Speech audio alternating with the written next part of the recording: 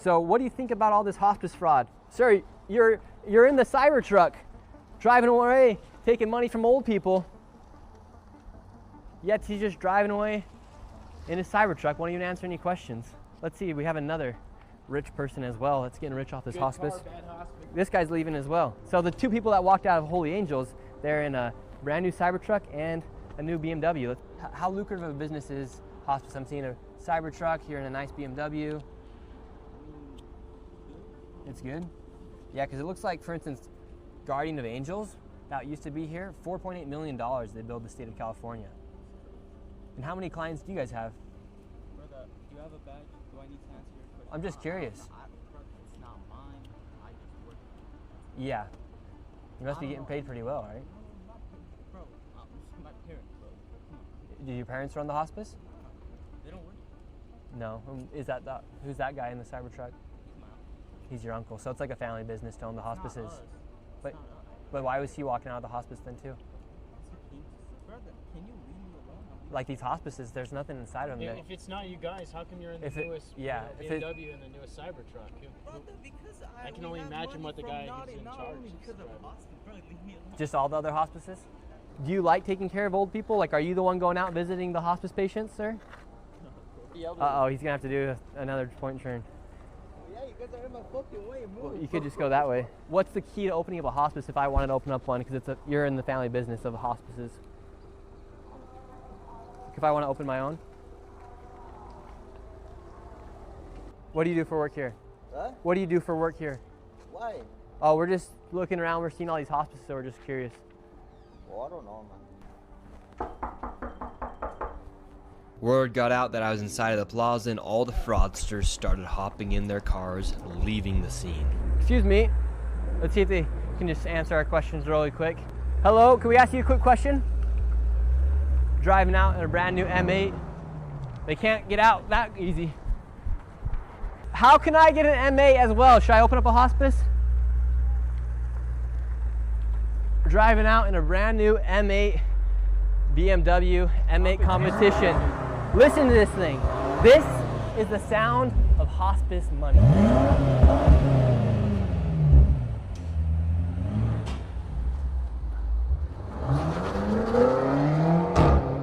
And this is the guy who said he's fat because of Dr. Oz. His business is not open today. Seems like this mafia right here is naming all of their companies after the word angel. We have Angels of Valley Hospice. We have Angels of Haven, Angels of Peace, Light of Angels.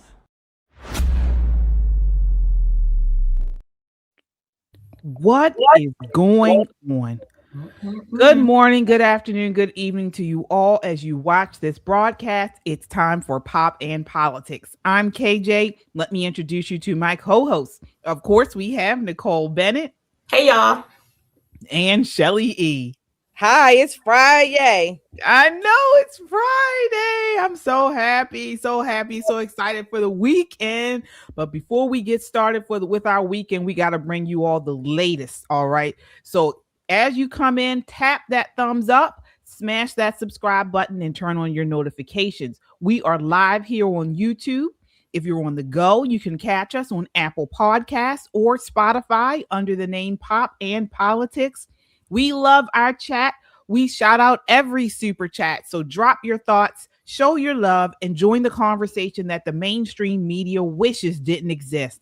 This is not just a podcast. This is a movement of God-fearing, truth-seeking, America-loving people that value freedom. Stand with us and subscribe so we can amplify this rallying call for freedom. All right, ladies, let's set it off. Of course, we opened the show tonight with the hottest story right now as far as news is this hospice fraud in California. Yes, that was Nick Shirley. He has left Minnesota and now he's in California. And this is supposed to be the big ticket of fraud. All right. And it's so much so that CBS has even confirmed what he has started talking about. Before we get into that, Nicole, what are your thoughts of that video we saw at the top of the show? Listen, that's just the tip of the iceberg. Right. We're going to see him in looking at some healthcare things that people usually don't generally think of. Hospice, like he did daycare when he was in Minnesota. But there are so many gaps in the system where if you exploit it right, by the time they catch up with you, you already own your Kenyan vacation home. And I think those are the places where Nick is going to look, and it's going to be wonderful.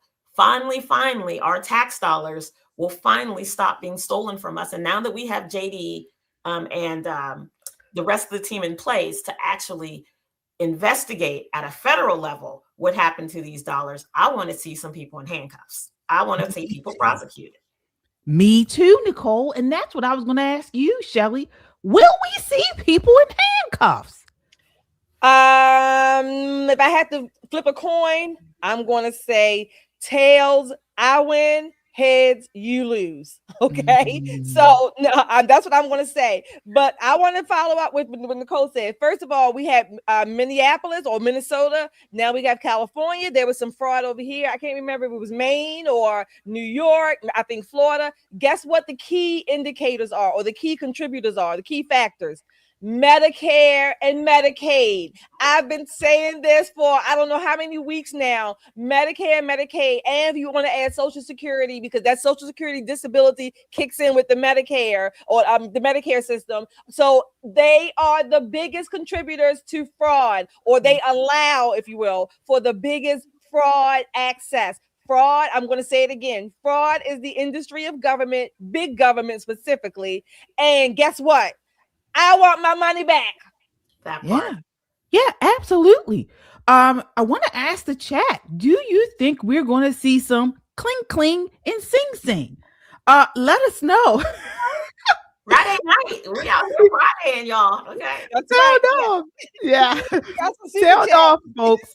Sound off and let us know what you think. Do you think we're going to see people arrested? We already have some super chats. Let's check out who we have. All right, so we have Robert Mason. Hi, Robert. Welcome with us. Being with us on a Friday night for your $5 super chat. I love you, ladies. I'm going to keep my mouth shut today. With every truthful statement made, I will drop $1 from any of you. Well, let the truth roll from our tongues. Let it be told. Okay. That's right. Thank you, Robert. Job, is that Job for 9? Or Job for 9? Sorry. Thank you for your $5 super chat. James O'Keefe and Cam Higbee exposed voting fraud and got attacked today. Wow. We're going to get into it. We're going to get into that a little later. Robert Mason, again, thank you for your $2 super chat. We must have said something truthful. So you got $2 here for your handcuffs. That's right. Thank you, Robert. And Job for 9 again, $5. Nick is doing a great job, yet there is close to $1 billion. It's more than $1 billion, Job for 9 and Robert. More than $1 billion. Absolutely, folks. And so we're not the only ones talking about this. Of course, we have been following Nick Shirley's investigations since he started. We saw him at AmFest. We congratulated him. We thanked him for all that he's doing, because this is dangerous work. As you can see, what happened to James O'Keefe in California today. But CBS is now saying they're confirming or verifying what Nick Shirley has been investigating. All right. So they did a news correspondence calling Los Angeles ground zero for this racket. And they went to LA County and found over 700 out of roughly 1,800 operators showing multiple red flags for fraud. All right. Take a look. This is clip 5. So this building right behind me here has 89 hospices, and it's the most extreme case of hospices that are all clustered together in all of LA County, and it's known as Ground Zero. We're going to try to go in and see what we can find. Home Health Agency, hospice. Can you come back? Just looking at this directory, you can see dozens of hospice agencies coming up. So inside the lobby, there's a directory with a long list of hospice agencies, and the building's owner talked to us, and he told me that a lot of them have recently moved. He said that only 12 of them remain. I have vacancies. Tenant would come in as long as they're legit. Yeah. They have valid things that we need. Mm-hmm. I rent. I'm not a police or keeper of what they do, how they do business. We weren't the first ones to come to this building. Federal inspection records show that regulators visited multiple suites in Robbie Plaza between 2021 and 2025, and they found nearly 400 violations. Now, the owner told me Medicare officials came to his building years ago, specifically looking for hospice agencies. He let them come in and do their thing, and he said that everyone cooperated and that the business owners didn't really seem that concerned.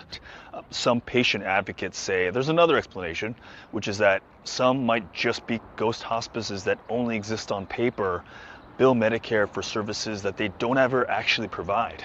Now, back in 2022, the California auditor came out with this scathing report on hospice fraud, and they came up with a list of about 6 potential warning signs for potential fraud. And we found that 72 of the 89 registered here still have at least 3 of those potential warning signs. If you learn of hospices in your building that are accused of fraud, I would immediately you would get rid of them. terminate. Okay. Yes. But that hasn't happened yet. No, no one has ever come to me tell me that, okay, this or that is doing fraud. And the building owner said he's all in favor of stopping fraud because at the end of the day, it's you and I who are going to have to pay for it. Maybe state and the federal government, it's becoming restrict on many businesses, and I'm all for it, because at the end of the day, you and I are paying for all those things that are not right. He's right. He's right. Taxpayer dollars, which go into Medicare, are being looted on a massive scale, potentially hundreds of millions annually just in California alone, while legitimate patients get denied care and the system gets gamed by sham operators. But one thing I haven't heard enough of in this story, Shirley, is this is Medicaid. This is the government's fault. You know, folks, I used to work in insurance for many years. One thing insurance will do is insurance will locate fraud. That is, the whole fraud departments are just allocated for looking at this type of fraud. This stuff is not new. Why wasn't the government picking up on this? Okay.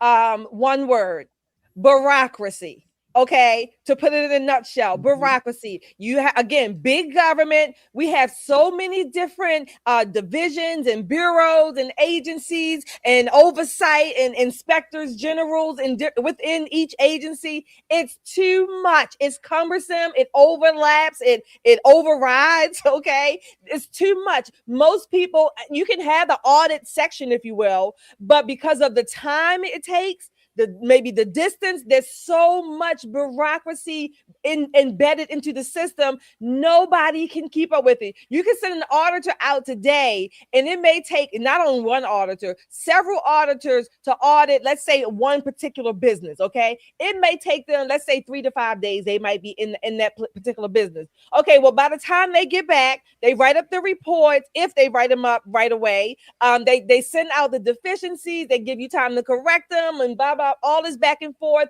It could literally be years. Okay. And then keep in mind, all this time is going on. By the time it goes around, it's time for the next audit. Well, the first one is really never completed. Okay. So then this stuff just builds. It's bureaucracy on top of bureaucracy. That's what it is. Medicare and Medicaid, and again, SSI, these programs are ripe for abuse, fraud, waste, and abuse. And one other thing real quick. Most people don't understand. They may not realize, I'll say it this way, they may not realize, but pretty much anybody, any American can qualify, quote unquote, for hospice care. Okay. For hospice care. Hospice care is also palliative care is also under hospice care. Okay, palliative is slightly different. However, you can qualify for those depending on your I guess your disease, your malady. You don't have to necessarily be ready to die in 30 days, not necessarily. It's okay. So therein lies the right for abuse. Well, Nicole, so let me ask you this. So we're seeing here, as far as the data and the reporting is showing, that California is really, as we mentioned earlier, ground zero for this fraud in hospice care. They're doing it it's multiple times over. Why? Why is it happening in California? I mean, they don't really have any more of an older population than, say, Florida. So what's going on? So what they have is less oversight. So what Shelley is saying is true. You guys remember when the market crashed in the mid 2000s, and they had this massive class of young people graduating from college and no jobs for them to go to. One of the fastest jobs that you could get hired for was at CMS. CMS is the parent company of Medicare and Medicaid. CMS was hiring people, who graduated with a physical education degree. It wasn't that they were hiring the best and the brightest, but in order to push the economy forward, they hired everyone they could so they could bring the unemployment numbers down and put some money back into the economy. Because one thing we know about college kids, even after they graduate, they spend like drunken sailors, right? They got to have everything. They got a new iPhone, a new this, to do that, the other thing.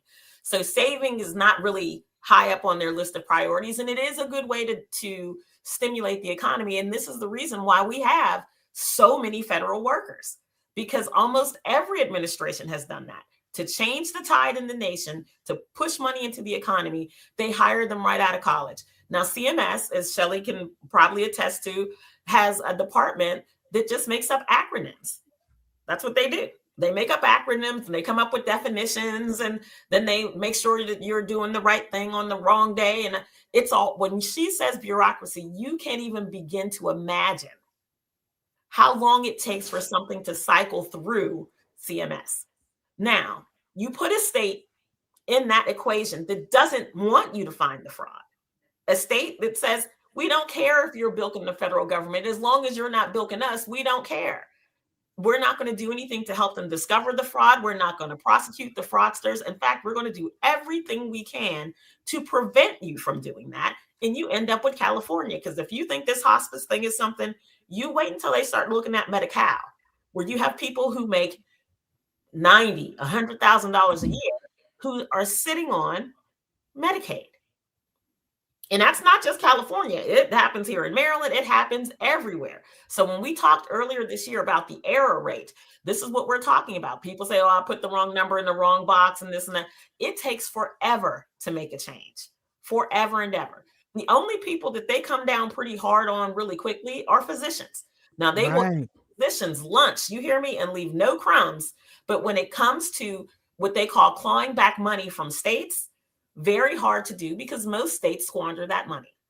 Many states squander that money. So this is, when you talk about our tax dollars going to waste, when they talk about our generation is never going to see a dime of our Social Security investment, they're not joking. And it's not just because they're a bunch of baby boomers. That's not the reason why. But add the baby boomers plus the fraud. Yeah. And it sounds like this is being done by intentionally. I mean, this is what's happening. We're seeing, I want to see heads roll. And again, I mean, just coming from an insurance background, this is easily detectable. This is something that can be easily investigated. But as you ladies have said, they are not putting in the time and the resources to investigate it. Every American should be upset about this. Because as you mentioned, Nicole, this is our savings. This is our retirement money. And therein lies the key. There is no incentive for the government to do anything differently. Now, they might, like Nicole said, they'll single out some doctors here and there, make it look like they're really doing something. And I would bet that many of the doctors that are caught up, if you will, in the fraud, some of them just probably made some mistakes because there's so many rules and regulations, and you don't know which damn one you may or may not, be hitting correctly on whatever day. Some of them, I'm not saying some of them are defrauding, but some of them are just caught up in the bureaucracy and made an honest mistake. Okay. Now, having said that, other than that, there's no incentive. You know why there's no incentive for them to do anything? Because they have access to taxpayer money. Okay.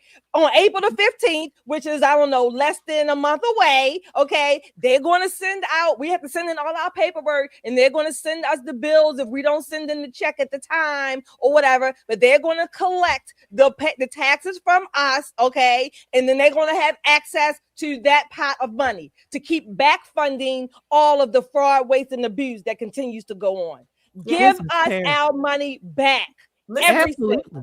Absolutely. Detection is not their problem. They can easily, as you say, detect the fraud, but the wherewithal to prosecute someone is where it's different. Now, we do have whistleblowers advantages. If you, let's say there was a practice down in Arkansas and the woman was ENT and she was using the same scope on all of her sinus patients. So this is the thing that goes up your nose when she's cleaning your sinuses. Now, that's a one-use type of tool, one use, and you throw it away because you have people's bodily fluids and this and that. She's used that same set of scopes across almost 800 patients. So she was saving a ton of money. I mean, a ton of money. So much so that the girl who worked at her front desk was driving around in a brand new Mercedes. Now, typically, especially in Arkansas, she's not making enough money to buy a Mercedes. She's just not. The doctors buying vacation homes, everybody's doing everything. And they sent an investigator in because people complained.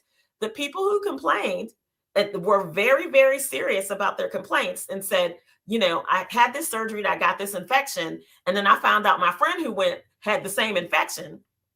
They get there, and sure enough, she's not bought a new scope in almost 4 years.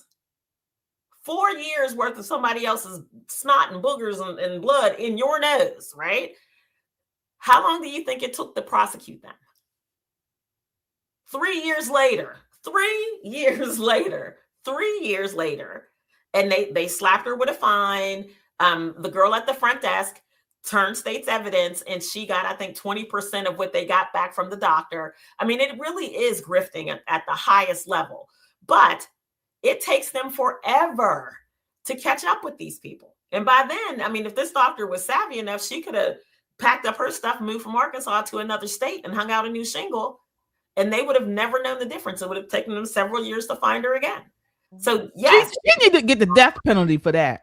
She need to get the death penalty. No, what she got was I think she got a temporary suspension of her license, and she came back with she has to have a temporary. Yes, temporary. She has to have oh my God! All of her patient charts have to be reviewed by another physician. So they do. I mean, they give them ample opportunity to self-correct. They give them plans of correction, the world famous POC. Everybody's got to sit down and say, we're going to do this, this, and this, and this before the next auditor comes out. And I tell you, this is somebody who knows, because one of the first jobs I had in healthcare was an auditor for CMS. We'll go in and tell them, this is wrong, that's wrong, this is wrong, this is wrong, this is wrong. And here's how you fix it. Sign this document, and I'm going to come back in 6 months and take a look. And in 6 months, I'd come back and take a look, and it's still not right, but it's closer to right. Okay, I'll be back in a year. I mean, it is what it is. This is the way this particular agency is set up, and it's unfortunate, but Shelley's right. They have unlimited access to resources. It's us. It's our tax dollars. Unlimited. Unlimited resources. Oh, and let me add something else, Nicole, just for the audience, based on the unlimited resources. And you all probably know this, but every September, particularly September the 30th, anybody in federal government, they're trying to spend everything they had in that budget so they can get the same budget or more on October the 1st. Okay. So this is the federal budget game, federal government budget game. Every September, you can see how much, how many things, whatever, they can make up stuff. They're spending the money that's left in their budget so that they will be reimbursed or reallocated again come October the 1st. Every damn year. Taxpayer money. That's what they do. Yeah, we have some super chatters here, folks. Thank you all so much. All right, who do we have? We have Supernatural Loss. I like that. Supernatural Awesome. Thank you for your $5 super chat. Do you guys think there should be a fraud czar in the American government, coordinating efforts across government agencies to root out fraud? We already really have one, technically. We have Office of Inspector Generals, you know, all throughout the government. And we have built in, if you will, accounting purpose things that are supposed to be triggered. But they're in. We don't need more government. That's not what we need.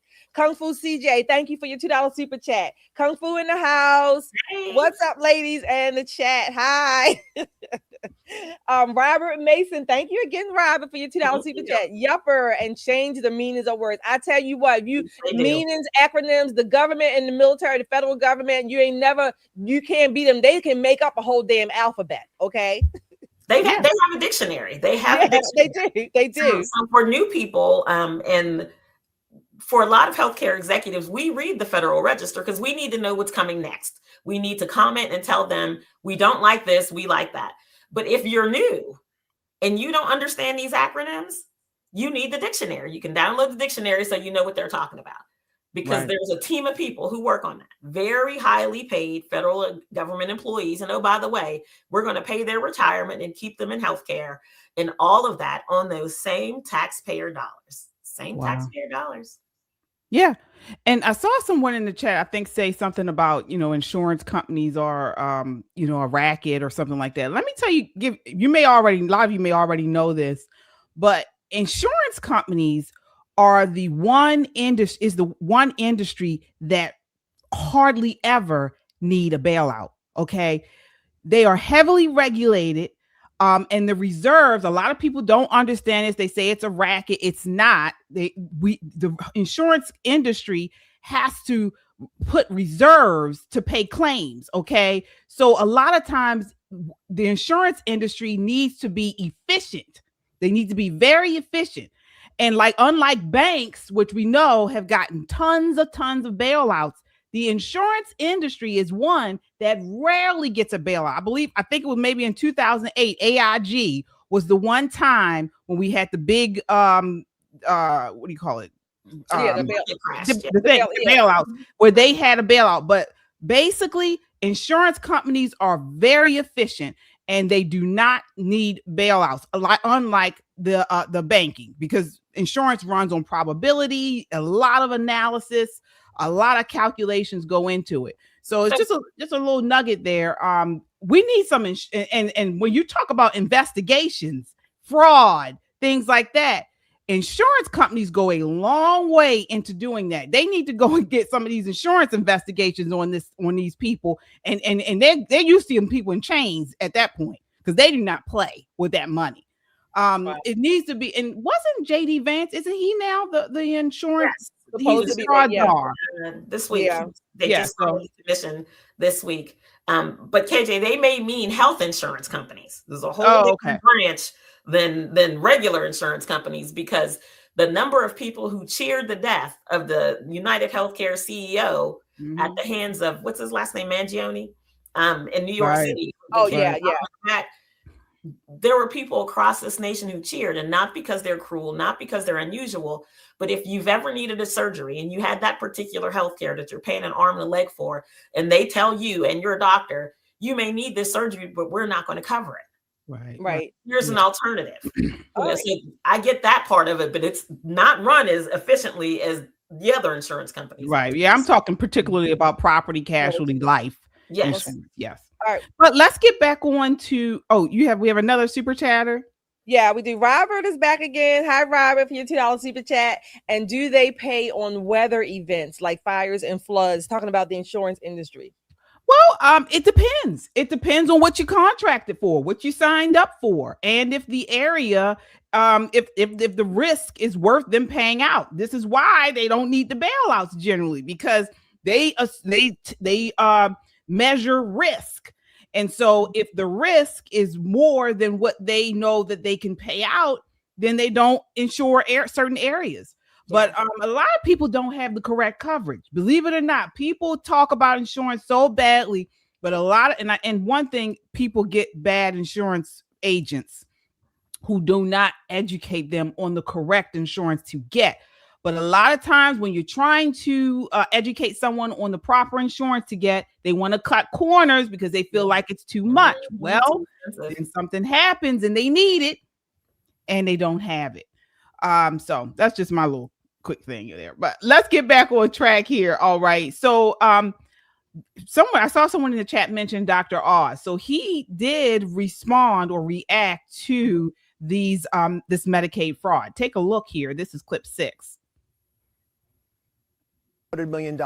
You get the national numbers that you just highlighted. You have states red and blue who are suffering because the rules were lax and weak, and folks, fraudsters, took advantage of them. But we're on to them, and we're going after not just autism, which is, of course, a heinous way to steal money from the American taxpayer, but you're also going in for home health care that's unnecessary, hospice care. John, California has 1/3 of, forget how, Los Angeles, the city of Los Angeles, the county around it, is 1/3 of all hospice centers in the entire country. Is everyone dying in Los Angeles? These are impossible numbers. The number one, right? This is what we're dealing with. Get him, Dr. Oz. Yeah. Shirley, what are your thoughts on that exchange? Well, the thing that came to mind when he said 1/3 was in, you remember the movie Blade? And I think it was the second one. And the vampire, the female, she wanted to die facing the sun. You know, she wanted to see the sun while she was dying as a vampire. That's what I'm thinking. This is why they go there. They want to see the sunset. And I mean, the Pacific Ocean. I mean, I don't know, because that's a lot of hospice care in 1/3 of the country. That is a lot. I don't know. I mean, maybe they're going there for the weather, and I'm sure it has something to do with the regulations and things like that. But that's a lot of hospice care in one area, and not even the state, the city or the county of Los Angeles. Yeah, it would be interesting to know how the Los Angeles County defines hospice, right? Because like you were saying before, Shelley, like 30 days out before the anticipated end of life, they may define it in a way that it could just be somebody who has an illness or a disorder that may result in a death. And if that's the case, these are just old people living in apartments, you know, and letting Medicaid pay for it, Medicare pay for it. It really depends on what those local laws look like. And this is a very important thing to note. As much as we bark about the federal government, because everybody barks about the IRS and all that kind of thing, the people who have the most control over your life is your local government. And this may just be the way that they define what hospice care is in Los Angeles County. And let's talk about, they're probably rushing people onto hospice. You know, I hope that's investigated. In these hospitals, are they, maybe somebody could live a little longer, but they're putting them on hospice. And you know, saying that they are in need of hospice. I don't know. What are your thoughts there? Again, it depends on how they're defining hospice. A lot of people might think hospice means, again, your death is imminent. It doesn't always mean that. It just may mean that your particular disease or syndrome, it doesn't have a cure. So it could be for long. So it could be, and that's a separate payer. So the hospice payer is a different pot. So of course, money's involved. So it just depends on how it's coded. Yep. All right. Well, we will continue to follow this story, folks. As you come in, hit that like button. It helps to get this video out in front of a wider audience, and we appreciate your support. Also, folks, want to give a big shout out tonight to Gimpy. You all know Gimpy from Just the Guys. He's working all by his lonesome tonight, behind the scenes, putting up our comments, posting these videos, and he's doing a great job.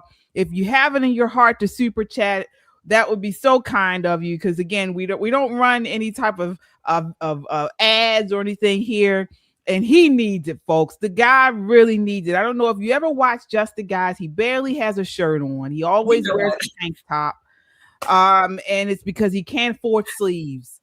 So Lord. Please. He has a nice beard your now. Supers will go a long way in helping us get Gimpy some sleeves for his shirt.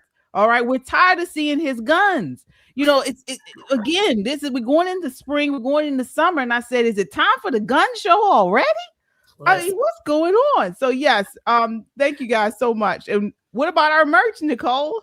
Listen, you can buy shirts with sleeves and just chop them off if you want to go out and looking a little gimpy-ish. You know, that would be a thing. Go get yourself one of those modern mullet haircuts and get your give me my money back shirt. Take the sleeves off and show them what you're really working with, right? Listen, now is the time.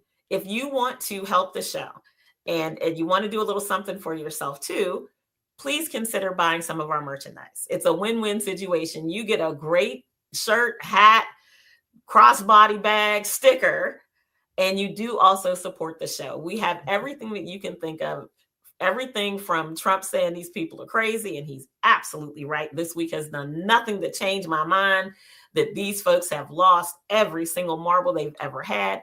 And just in time for tax season, give me my money back. And when you put it on, you'll hear Shelley's voice in your ear. Going, give me my money back, right? So it's a twofer. Please, please, please consider buying some merchandise and supporting the show. Thank you very much for your consideration. All right. And we got some more supers here. Simply Ashby is back with us tonight. Thank you for your $5 super chat. Thank she you. says, this is for you, Gimpy. Strong. Hey. Laura, hi, $5 super chat. Thank you, ladies and Gimpy. Thank you. Brown Eyes. Hi, Brown Eyes. Thank you for your $20 super chat. Gimpy, buy a shirt for me. Gimpy, you are going to have a full wardrobe. All right. DDS, thank you for your $5 super chat. Hi, ladies. This is my first live. Thank you for joining me. For your commentary. I don't think anyone will go to jail because there'd be no one left in government. Good point. Good point. Good point. All right. Gimpy has a very handsome beard, you guys. So you got to watch the show tomorrow to see it. Yes, just the guy, 6:30 on Saturdays. Yes, Tony, thank you for your $5 super chat. Gimpy, how can you stay quiet doing all this? I know you're biting your tongue because you don't hold back on Just the Guys. Well, he'll probably let it out tomorrow on Just the Guys again. Oh, yeah. Kung Fu CJ, thank you for your $5. Where he says, Gimpy, give me my money back. That's right. Robert, thank you, Robert, again. Thank you for your $2 super chat. Who the heck is Gimpy? Gimpy is one of our long-loved, lots of love producers. And he's also on Just the Guys on Saturdays at 6:30 p.m. Eastern. Our Black Pearl, thank you for your $5 super chat. God bless you, women. Always keep up the great work. Thank you so much for that. Thank you. Absolutely. Thank you all for your super chats. Don't forget, go to metroconservativemedia.com. And again, you can purchase all those shirts and the mugs and the hats. One-stop shopping for all of the shows. Poppin' Politics, Just the Guys, and Christian Conservative. www.metroconservativemedia.com. Yes. All right, folks. So let's get back onto this. And we said at the top of the show, we got to talk about James O'Keefe. So he went undercover in Los Angeles posing as a homeless person. And guess this, we're not talking about Medicare fraud. We're not talking about hospice fraud. He found that 28 instances of petitioners they were circulators who were being paid to gather signatures, offering cash, cigarettes, and marijuana to homeless people in exchange for signing ballot petitions and voter registration forms. This is what we've been talking about. This is why we're saying pass that SABAC. Take a look at this, folks. This is insane. All right. So this is him. He went undercover. Here's a snippet of that.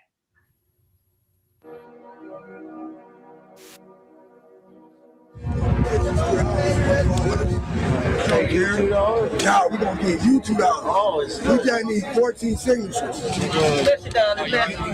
The petitioner Brenda Brown hands cash money to the homeless person, not only for signing the California ballot initiative, but also as payment for them to register to vote. Now, because you haven't registered, I need to register you so I can get paid too. I'm paying you guys, I need to get paid. That is a federal felony. And it didn't just happen once, it happened over and over and over again. We personally witnessed and covertly filmed this happening at least 28 times over the span of our investigation, and that is just in Los Angeles. Many of the homeless have zero understanding of what it is that they're actually signing. But what is that petition for? You know the petition for? I do not know what to say. All right, we're going to share some more of this. But I want to get your thoughts. Shelley, do you think this is happening in cities all over the country? A city near you. I mean, look, when you see homeless people, I know I've asked myself, where do they get money from? Or where are they getting the ability to care for animals, that they have dogs with them and things like that? These little things that I'm seeing, I'm like, well, how do they afford these things? Right? Yeah, a city near you. It's happening.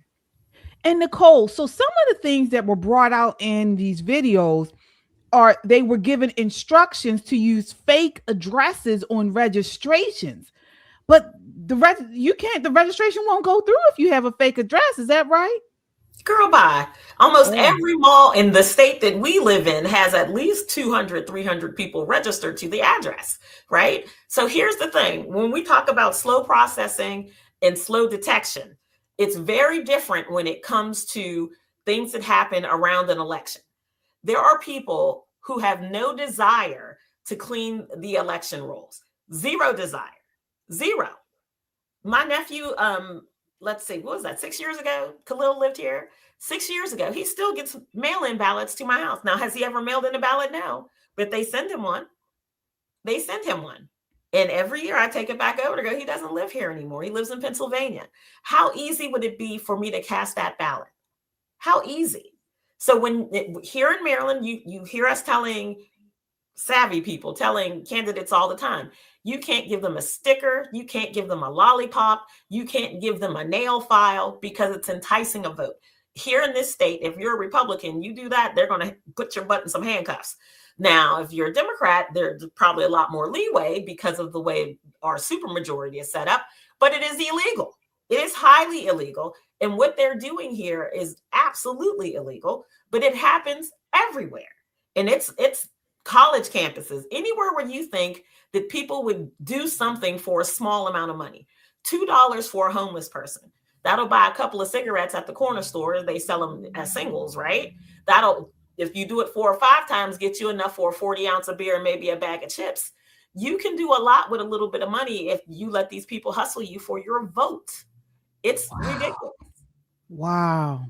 All right, let's keep going here.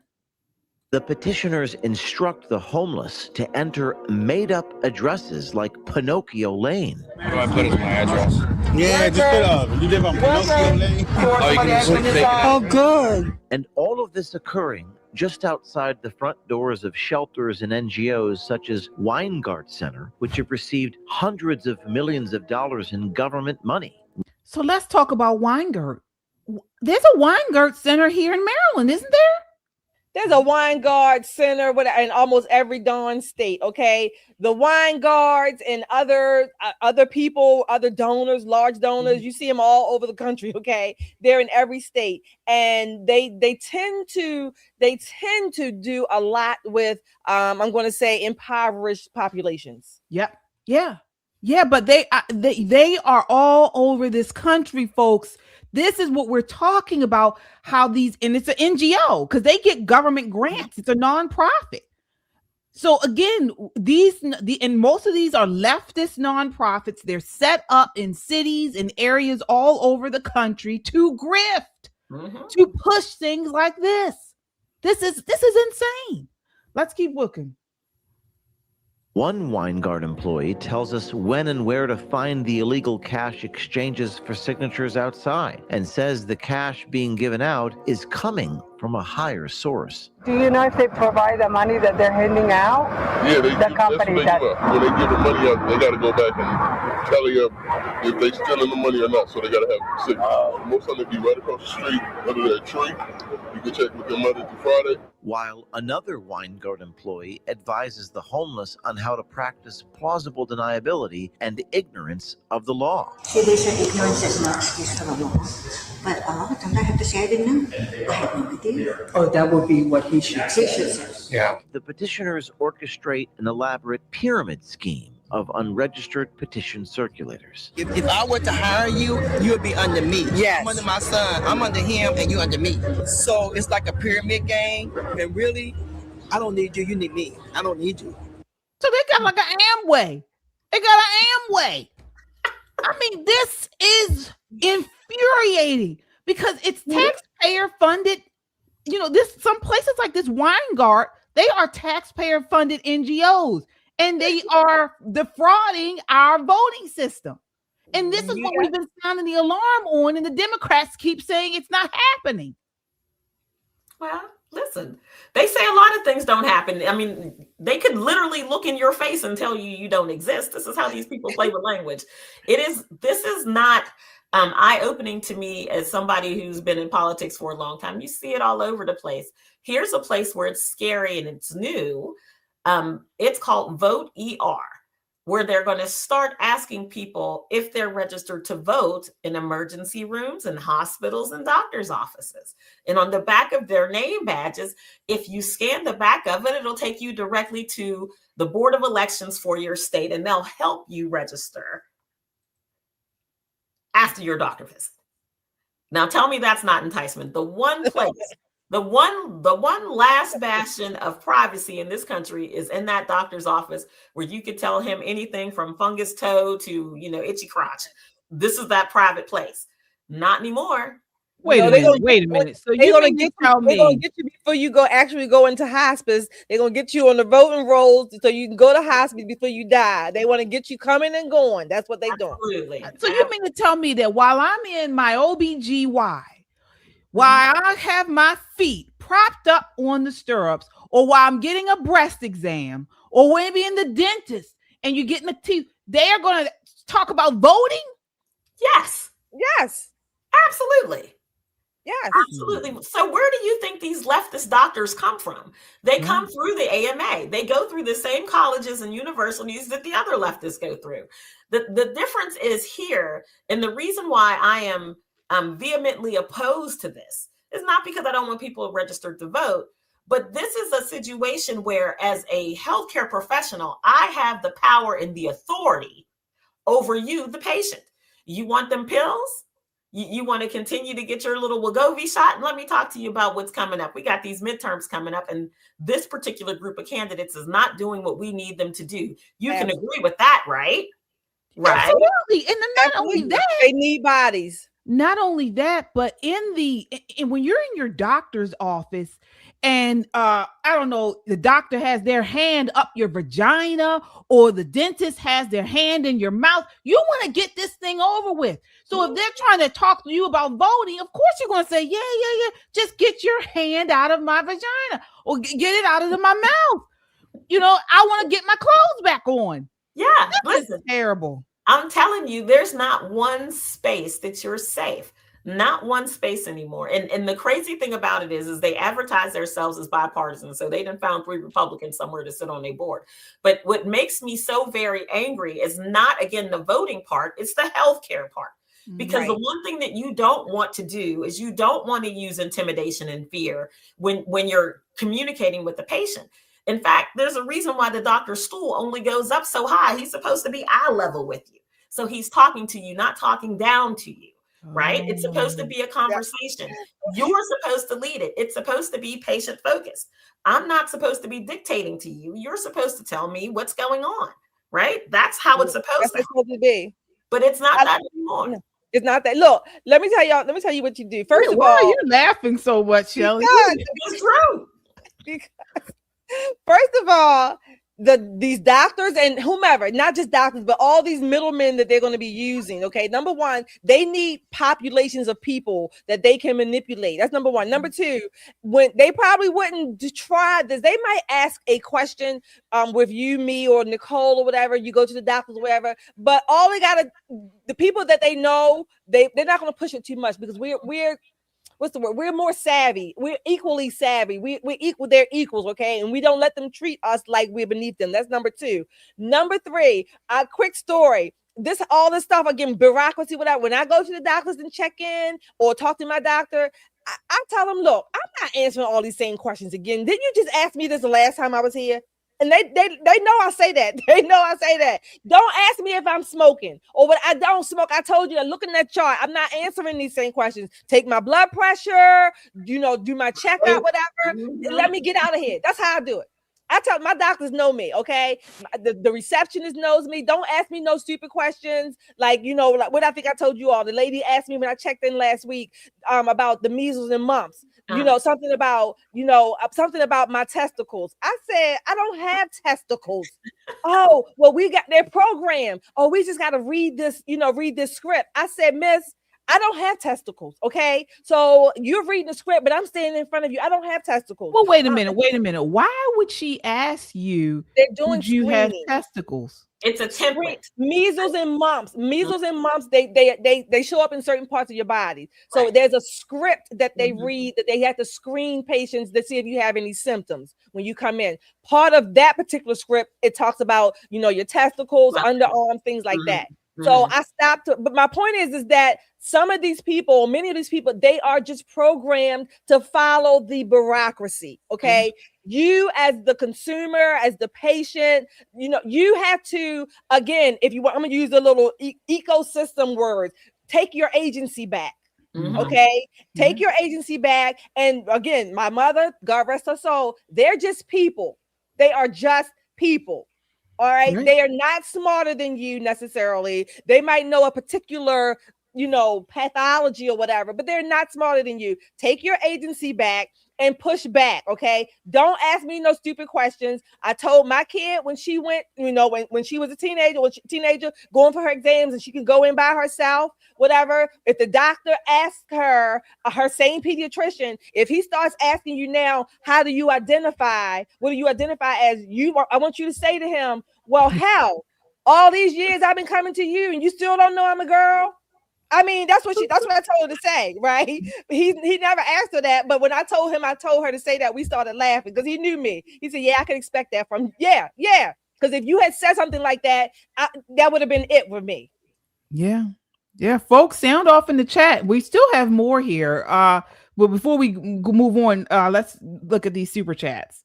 All right, who do we have here? Job for 9. Thank you for your $5 super chat. If you get put on state medical before Trump, they refuse to move you Medi-Cal. Not sure. They refuse to take you off the list if you were already on there. Okay, got it. It's hard. Yeah, it is hard for them to get you off because remember, if you qualify for one, I've said it before, you qualify for many programs. So the fact that you qualify for many means that you still gonna qualify for the one that you're trying to get off of. It's a racket. Supernatural, awesome. Thank you for your $2 super chat. Respect for Gimpy. All right, thank you.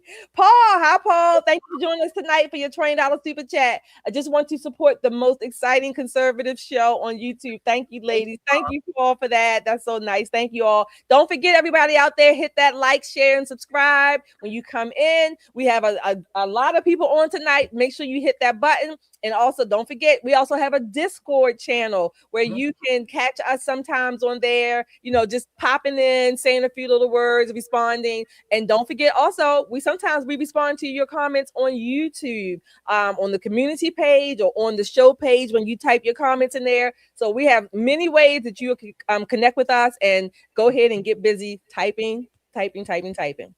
Yes, indeed. All right, we got Marjorie Taylor. Thank you for your $5. She says, he says tariffs. All right, tariffs. She has a picture of DJ. I remember DJ. We met at AmFest. Yeah, that was who that was. I thought it was a guy at first, but now I realized it was. That's his picture. Okay, thank you, Marjorie. All right. So again, going back to this investigative report in California, they went to the cops, so LAPD officers, while they were there to tell them what was going on, and they dismissed it. They said it's a civil issue, a civil lawsuit. When they were confronted by it, despite it violating federal law. All right, as Kevin O'Keefe mentioned in that video, it's paying for voter registrations is against federal law in California. It's election code. So again, still they brushed them off and told them it was a civil suit. So let's go to this next. So out today, folks. So that video we showed you was from a couple of days ago, and then out today, the investigative reporters were accosted. Take a look here. All right, we have this video. I mean, this is crazy. Hey. I got you. I'm not from out here.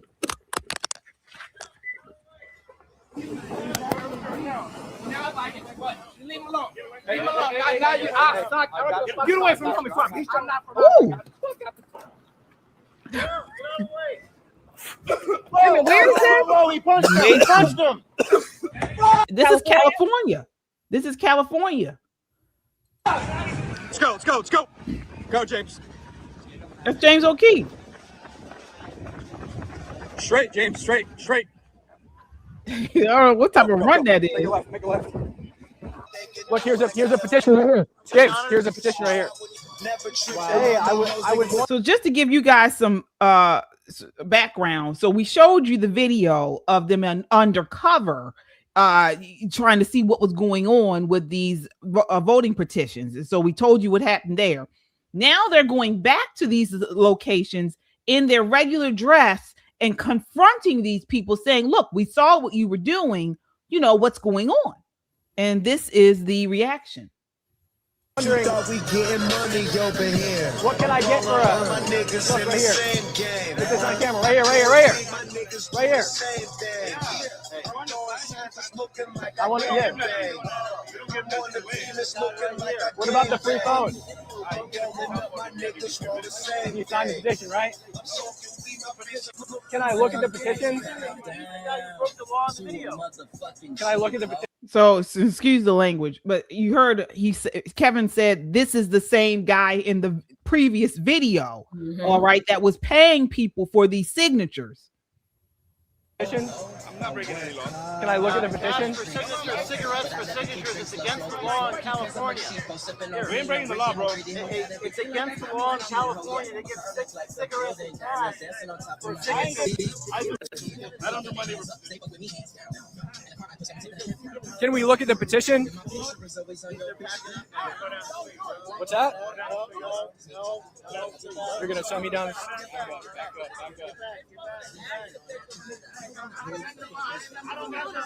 We're just asking questions.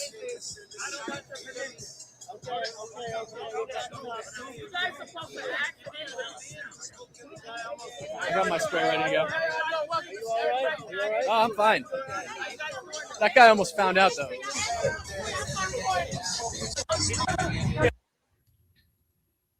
All right, so I'm just fast forwarding this here.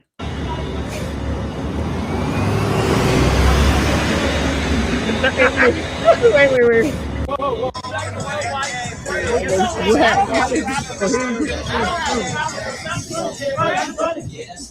Here's the petition. We're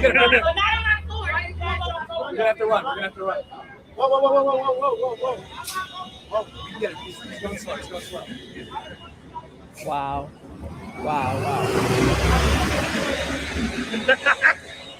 Let's go.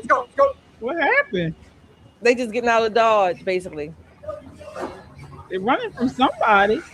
Yeah. Well, they're running to him. Oh, because he was trying to get away. This is the guy that was giving cash. We're offering cigarettes. And here comes a little young guy. Hey. Woo! Damn. Oh my God. Oh. There's Bob Marley. Oh my God. That's good. They sprayed it. Good. Come on, guys. All right. So, I mean, this is crazy. Nicole, what are your thoughts? I mean, this is really happening.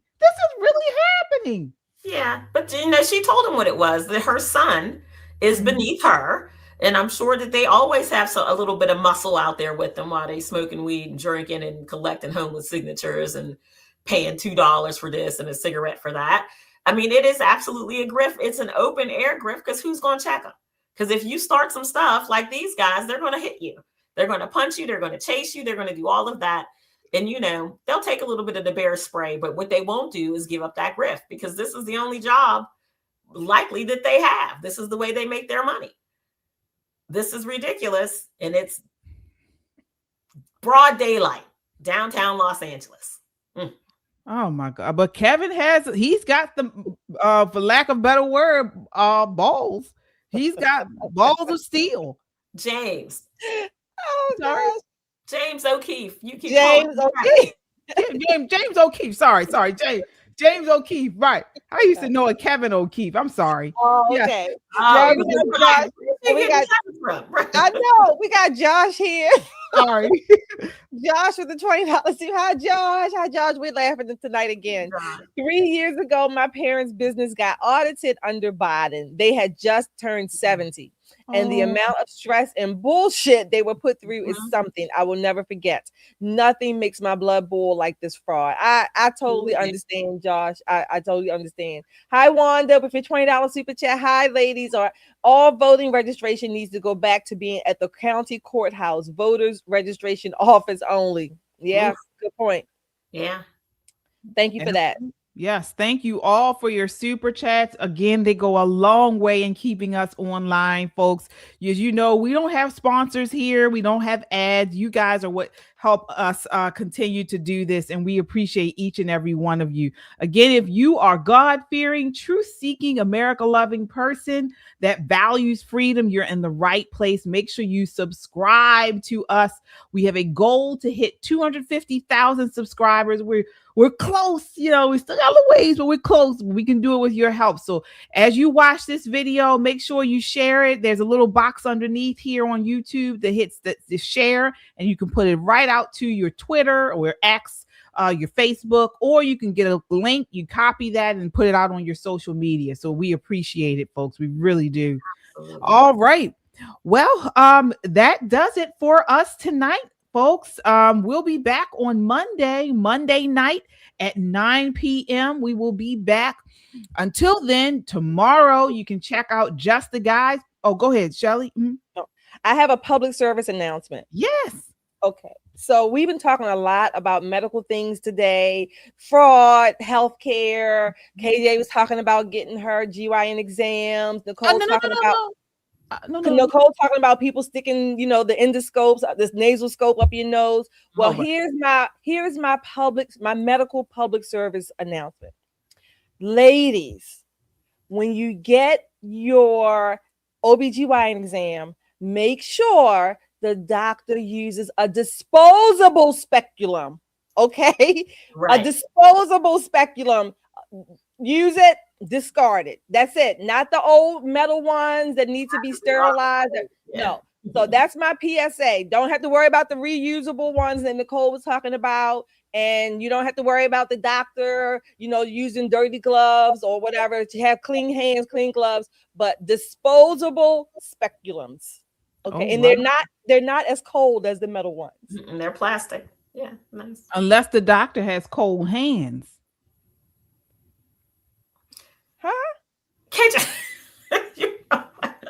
Well, and I'll give you another tip too. That was a very good tip, and I didn't know that, but I think I always see them using disposable speculums. Mm-hmm. But also, if you can, try to find a doctor with small hands. For ladies, for some of us, I know not all of us, some of us, we need doctors with small hands. I'll just leave it there. Well, I like this. I like the plastic speculums. The metal ones are a little bit harder. I like that, but they're cold. But okay, never mind. I like the disposable ones because they come with the light already attached. So the doctor's hands are free and available, right? You're not holding any extra instrumentality. So, but my PSA, since we're doing healthcare, is sometimes if they don't need because sometimes you just get a vaginal exam without the pap smear. And that's why I'm saying they use the hand. Is that correct? You can get a speculum, and you still don't have to have. You don't have to. Usually, when you get the speculum, that's just an internal check for the most part. Right. That's what I'm without the speculum, though. You can, but I mean, most of the time they're just feeling around, right? They're palpitating. But if he has to see, he has to open it up. Right. Light so he can see. Okay, I just want to make sure I haven't been diddled.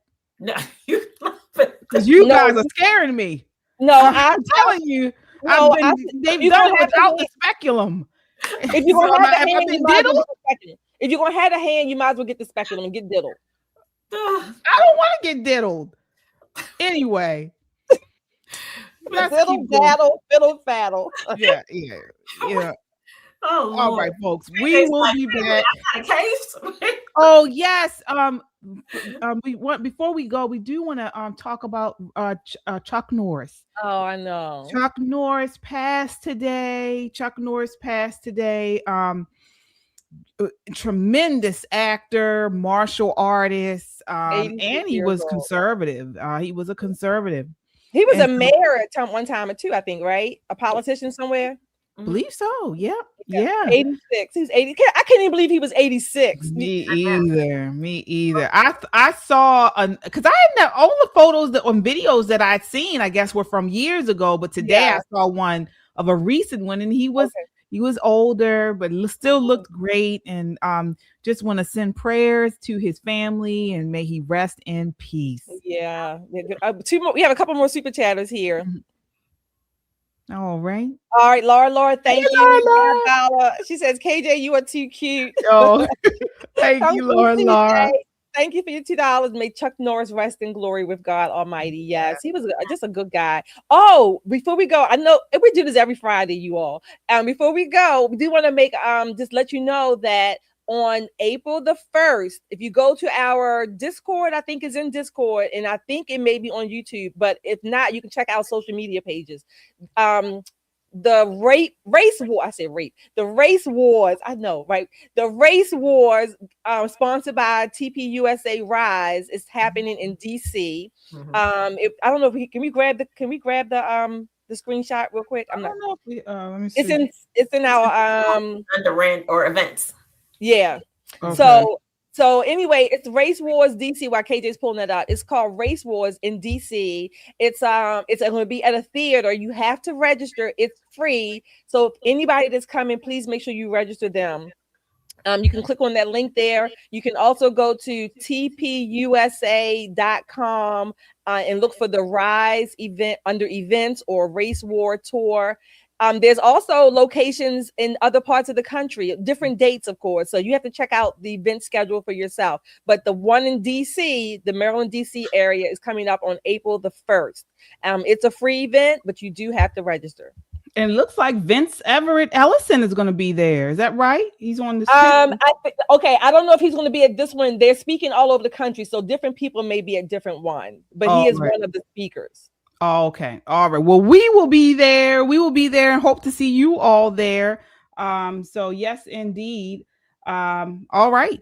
So final thoughts, ladies. Nicole, final thoughts. Friday shows are kind of wild and kind of out there. So let me just add this on top of that. We talked about a lot of ladies' health tonight, but gentlemen, please go get your annual physical. Please, please, please. I know many of you have not had a physical since you played high school football. I get it.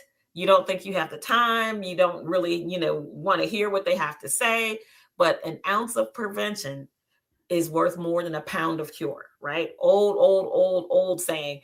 It's better for us to put you on a small pill that you need now to help regulate and stabilize your life than have to do something major, have like a major heart attack or kidneys shutting down or needing an amputation because of uncontrolled diabetes. So do it. It takes maybe half an hour. Go get your blood drawn, maybe another 20 minutes, 30 minutes. It's well worth the insight. Take the time and get it done. For all the ladies in your life who love you and those of us who care about you anyway, please, please, please go get your annual physicals. Absolutely. Folks, I will be on Sunday. You can find me on @KJ Christian Conservative. And folks, we got a show for you on Sunday. We are talking about Candace Owens and Carrie Bowler, along with Tucker Carlson. We're talking about the comments they have recently made at the Catholics for Catholics event. And we have on with us Patrick O'Brien. He's back from Philippians 1:9 Ministries and Bible in Context. He's going to be on, and we are going to provide a show for you. So you do not want to miss it. 9 p.m. Sunday night at KJ Christian Conservative. We are breaking it all down. So I'm so excited about this and hope to see many of you there. All right. That does it for us. And again, Poppin' Politics will be back on Monday night at 9 p.m. We'll be back. So hopefully we'll see you all sometime this weekend. Again, thank you guys so much for watching. Until next time, count your blessings and live a life of purpose. Good night.